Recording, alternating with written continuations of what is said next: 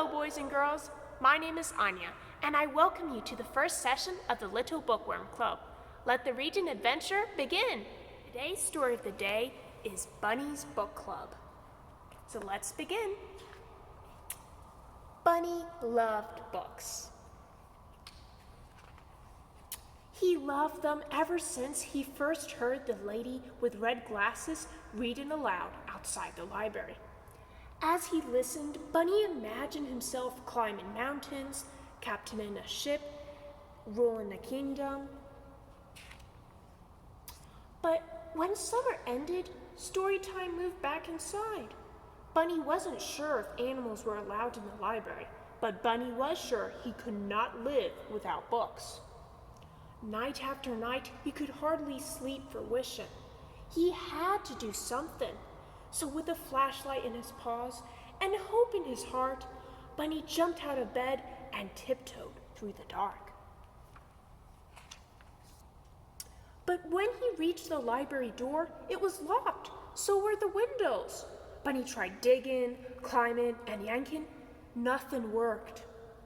Until finally he noticed the book return. The shiny handle was far above his head, but it was no match for a high-hopping bunny hungry for books. Bunny leapt. He clung to the bar, flung himself over, and wiggled his little cottontail through the slot. He landed inside with a thud. Bunny's eyes sparkled at the sight of the shelves bursting with books. It was better than a field full of fresh, crunchy carrots. Bunny did not know where to start. He took a deep breath. It smelled as if he were wrapped inside the pages of his favorite book. He followed his nose to the adventure section. There he found stories about swashbucklers, sharks, and superheroes. Bunny greedily grabbed them all. His whiskers twitching with excitement, he slipped his treasures through the book slot one by one. Then, performing his best bouncing act, Bunny wobbled home. He couldn't wait to dig in. And so, Bunny returned to the library each night. He searched and sneaked, then scurried back to read. Soon his home was more books than burrow. Then one evening, a loud knock startled Bunny. He closed his book and opened the door. "Where have you been?" asked Porcupine. "Reading," said Bunny. "Why?" said Porcupine. Bunny's eyes popped wide open.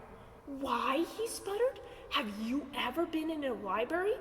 It was time for Bunny to let Porcupine on his secret. "Are you sure this is a good idea?" asked Porcupine. "Calm your quills," said Bunny. "I'm too prickly. I'll never fit." Bunny pushed and shoved until pop went Porcupine. Bunny slipped in and flipped on his flashlight. "Wow," said Porcupine. "I know," said Bunny. "Do you think there's a story about balloons? I've always wondered about balloons." "Most definitely," said Bunny. Sure enough, Porcupine found books on balloons, and deserts and dunes, on caterpillars and cocoons. When Bunny handed him one about hedgehogs, he hugged it. The two friends took turns cramming books out of the slot. Their towers teetered so high they could barely carry them. Back at Bunny's, they cozied up with cups of tea and carrot muffins. Together they read until sunshine.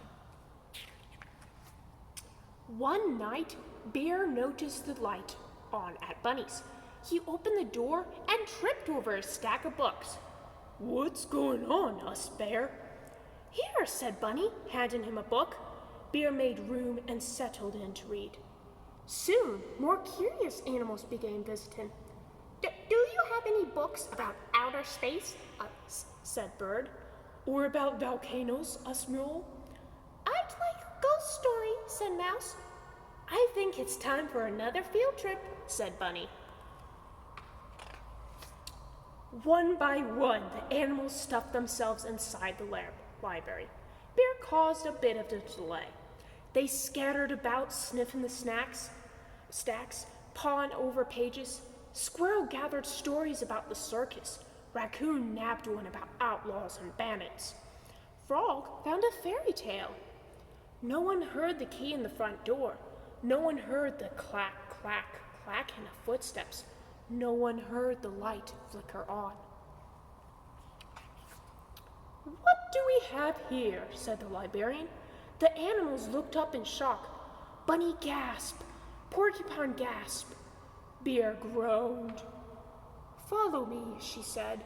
The animals marched slowly behind her. "We're done for," whispered Porcupine. "All libraries have rules," said the librarian sternly. Bunny's whiskers trembled. Porcupine's back bristled. Bear eyed the door. Bunny stepped forward to take the blame. The librarian leaned down. "The first rule is, every book lover must have one of these," she said. She handed Bunny and his friends shiny new library cards. "Now you may borrow books," she said, smiling, "as long as you return them, of course." Bunny couldn't believe his ears. They could keep coming back to the library. He beamed at his fellow readers, then bounced to the shelves. He picked the perfect book, and he proudly checked out the very first official selection for Bunny's Book Club. So that is the end of Bunny and his book club, but there are many more adventures to follow. Now, I want you to find your favorite book that you have and take a picture of it to send it to us. And just maybe, we might read that book next time. Thank you. Tune in next time for more storybook adventures.